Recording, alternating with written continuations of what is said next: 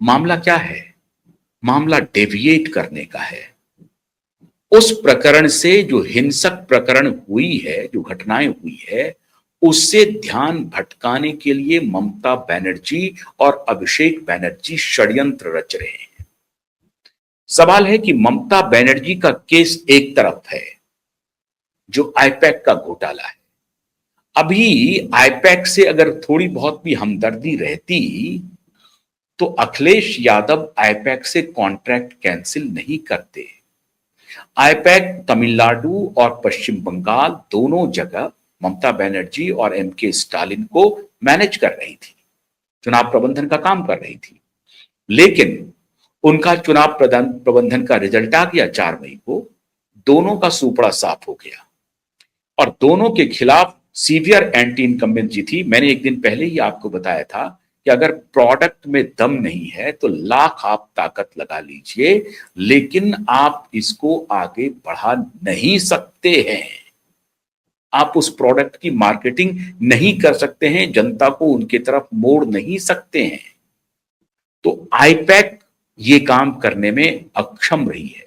अब आईपैक के money laundering का दस्तावेज दिल्ली में खुल रहा है।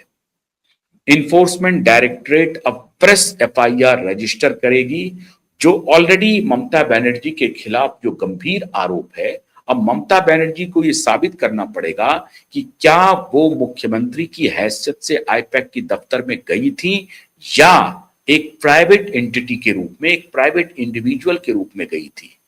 किसी भी रूप में अगर आप एक प्राइवेट कंपनी के दफ्तर में जाकर के इन्फोर्समेंट डायरेक्टरेट या सीबीआई के अधिकारी को रोकने की कोशिश करते हैं तो सरकारी अधिकारियों को काम में बाधा डालने और उनके खिलाफ स्ट्रिक्ट एक्शन लेने के जुर्म में, अवैध एक्शन लेने के जुर्म में आप जेल जाएंगी। जा नहीं सकती है, आपका जेल जाना अनिवार्य हो गया है, अवश्यंभावी है। अब सवाल यह है कि अमित शाह और नरेंद्र मोदी इस पूरे प्रकरण में साफ गोई से काम करेंगे। जनता चाहती है कि ममता बनर्जी जेल जाए, क्योंकि ममता बनर्जी जी ने जो काम किया है वो पूरी तरह से संविधान विरुद्ध है, न्याय के विरुद्ध है। और अगर न्याय की अवमानना हुई है, अवहेलना हुई है, तो क्या अमित शाह और नरेंद्र मोदी ममता बनर्जी के खिलाफ हेड ऑन जाएंगे या नहीं जाएंगे? लोगों की पावर गैलरी में ये मरमरिंग है। या अभिषेक बनर्जी को गिरफ्तार करके ये तीसरी हो जाएगी। अभी चर्चा चल रही है पावर गैलरी में कि सिर्फ अभिषेक बनर्जी को गिरफ्तार कर लिया जाए, ममता बनर्जी को छोड़ दिया जाए, नहीं तो मामला पॉलिटिसाइज होगा। सवाल पॉलिटिसाइज होने का नहीं है, सवाल है कि ममता बनर्जी के खिलाफ अगर ईडी का केस स्ट्रांग है तो उस पर कार्रवाई बनती है या नहीं बनती है, और अगर बनती है तो कब बनेगी। मित्रों, खबर जो सूचनाएं हमें मिल रही हैं उसके हिसाब से ममता बनर्जी के खिलाफ फाइल खुल चुका है। ममता बनर्जी को एनार्किस्ट होने के लिए अलाउ नहीं किया जाएगा। वो जो इस्तीफा देने और नहीं देने का नाटक चलाना चाहती हैं वो काम नहीं करेगा। शुभेंदु अधिकारी के पीए की हत्या के मामले में संभवतः हो सकता है अभिषेक बनर्जी के खिलाफ भी एफआईआर और अभिषेक बनर्जी की गिरफ्तारी हो, क्योंकि ये मामला सीधा अभिषेक बनर्जी से जुड़ रहा है। क्योंकि 4 मई के पहले जो अभिषेक बनर्जी की धमकी है वो इंडिकेशन है, और बिना एनसीपी के बड़े नेताओं की जानकारी के शुभेंदु अधिकारी के पीए की हत्या हो नहीं सकती है। और ये जांच एजेंसी को भी मालूम होगा, वहां के लोकल पुलिस को भी मालूम है। और अब खाली जांच शुभेंदु अधिकारी के हत्या की नहीं होगी, जांच होगी कि ये जो विदेशी पिस्टल है, ये विदेशी पिस्टल का सप्लाई कहां से हुआ, किस रूट से आया है, और इसमें आईएसआई हैंडलर की क्या भूमिका है।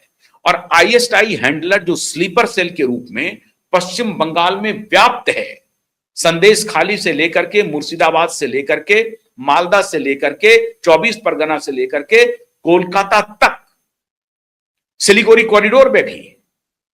तो ये जो आईएसआई का हैंडलर है, आईएसआई सीधा इंटर किया हुआ है। क्या आईएसआई बांग्लादेश के सहारे बंगाल में सीधी एंट्री कर चुका है और उसे बंगाल का स्लीपर सेल खाद पानी दे रहा है और स्लीपर सेल को आईएसआई खाद पानी दे रहा है। दोनों एक दूसरे को कॉम्प्लीमेंट कर रहे हैं। इस सब की जानकारी अब एनआईए ले रही है, इसलिए वो पिस्टल पकड़ा गया है। अगर लेकिन व्यक्ति भी पकड़ा जाएगा, क्योंकि जिस पिस्टल अभी पकड़ा है, जो पकड़ाने की बात कही जा रही है कि पुलिस उसको बरामद करेगी, तो जाहिर है कि एक व्यक्ति संदिग्ध को गिरफ्तार किया गया है। अब उस गिरफ्तारी पर यह अगर ट्रेल चलेगा तो आईएसआई के सारे हैंडलर एक्सपोज होंगे और अगर आईएसआई के हैंडलर एक्टिव है तो मान के चलिए कि सीआईए भी पीछे से बैक कर रही है, अमेरिकी सीआईए, क्योंकि ये पूरा कॉरिडोर, बांग्लादेश का जो कॉरिडोर है वो अमेरिकी सीआईए के सबसे बड़ा चारागाह है एशिया में, पाकिस्तान से भी बड़ा। पाकिस्तान तो समझिए सीआईए ही चला रहा है पाकिस्तान, लेकिन बांग्लादेश में प्रॉक्सी सीआईए के पूरे हैंडलर बांग्लादेश में हैं, जो फ्रंट में आईएसआई को हैंडलर को रखते हैं और आईएसआई और सीआईए के कोऑर्डिनेशन से ये सारा कारोबार होता है। वरना ये विदेशी हथियार कैसे इंपोर्ट हो रहा है, कैसे स्मगल हो रहा है, कैसे बॉर्डर पार से अगर भारत में विदेशी हथियार पहुंच रहा है और किसी प्राइवेट आदमी के पास पहुंच रहा है, कोई लाइसेंसी हथियार तो है नहीं। जो ब्लॉक पिस्टल से जो हत्या की गई है वो कहा जा रहा है कि ऑस्ट्रियन पिस्टल है। तो ये विदेशी हथियार कैसे आ रहा है? क्या एक हथियार आएगा? अगर आएगा तो नहीं, इसका मतलब है कि हथियारों का जखीरा आ रहा है और अगर हथियारों का जखीरा आ रहा है तो कोई मामूली क्रिमिनल जो कॉन्ट्रैक्ट किलर होते हैं ये उसके बस की बात नहीं है। तो राज बड़ा गहरा है, साजिश बहुत गहरी है। It is a crime against state and उसके लिए पिछले 15 वर्षों से ममता बनर्जी ने माकूल माहौल बना दिया है पश्चिम बंगाल। पूरी की पूरा का पूरा चंक है वो एक प्रकार से आईएसआई और सीआईए के चंगुल में फंसा हुआ है और इसलिए एनआईए को और रॉ को इसमें इंटरवीन करना पड़ेगा। हम निश्चित रूप से रॉ इंटरवीन की होगी, रॉ के पास सारी जानकारियां मुहैया हो भी रही होंगी और इसीलिए एनआईए चुनाव के दौरान एनआईए वहां पर क्या कर रही थी, आप इसी से कल्पना कीजिए। चुनाव के दौरान एनआईए की पोस्टिंग हो गई थी, एनआईए ऑफिसर ऑन ड्यूटी थे, उनको मालूम था कि विदेशी हाथ भी चुनाव को डिस्टर्ब करने में हो सकता है और इसमें उनको जरूर इनपुट होगा आईएसआई का और आईएसआई को बैक कर रहा होगा सीआईए। सीआईए अकेली नहीं होगी, हो सकता है MI6 भी कर रहा हो उसको, क्योंकि अमेरिकी और ब्रिटिश जो खुफिया एजेंसी है ये मिल करके पूरे मिडिल ईस्ट को छोड़ दीजिए आप, ये साउथ ईस्ट एशिया में पूरा उनका हैंडल एक्टिव है। इसलिए अगर आपको कहीं विदेशी पिस्टल से किसी की हत्या दिखे तो आप उसे सिर्फ कॉन्ट्रैक्ट किलर की हत्या मत मानिए। ये ट्रेल बहुत बड़ा है, बहुत गहरा है और इसीलिए ममता बनर्जी के ऊपर कार्रवाई अवश्यंभावी है। वो कार्रवाई हालांकि होगी आईपैक के मामले में, अभिषेक बनर्जी नपेंगे शुभेंदु अधिकारी के पीए की हत्या के मामले में, क्योंकि जिस तरह से जहांगीर खां और अभिषेक बनर्जी ने चुनाव के पहले धमकी दी है और उस धमकी के बाद जो ये हत्या हुई है, आप कल्पना कर सकते हैं कि जो व्यक्ति 1-2 दिन के बाद मुख्यमंत्री बनने जा रहा है उसके क्लोजेस्ट पीए को गाड़ी रोक करके फिल्मी अंदाज में पॉइंट ब्लैंक स्पॉट से गोली मार दी जाएगी। इसका मतलब है कि साहस कितना बड़ा है। उनका दुस्साहस देखिए, उसको जरा भी भय नहीं है, जरा भी डर नहीं है। तो ये बड़े नेताओं के जानकारी के बगैर इतना बड़ा दुस्साहस कोई नहीं कर सकता है, ये बात साबित हो गई है। ऐसी परिस्थिति में अब ममता बनर्जी को और अभिषेक बनर्जी को शुभेंदु अधिकारी के पीए की हत्या के मामले में जवाब देना पड़ेगा और आईपैक का जो ईडी का मामला अभी खुलेगा उसमें भी इनको जवाब देना ही पड़ेगा।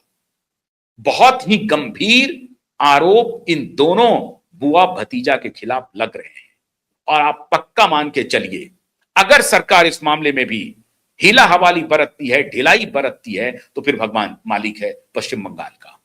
मुझे लगता नहीं है जिस तरह से शुभेंदु अधिकारी का रवैया है और जिस तरह से उनके क्लोजेस्ट व्यक्ति की हत्या हुई है, मैं नहीं समझता हूं कि शुभेंदु अधिकारी चैन से बैठेंगे।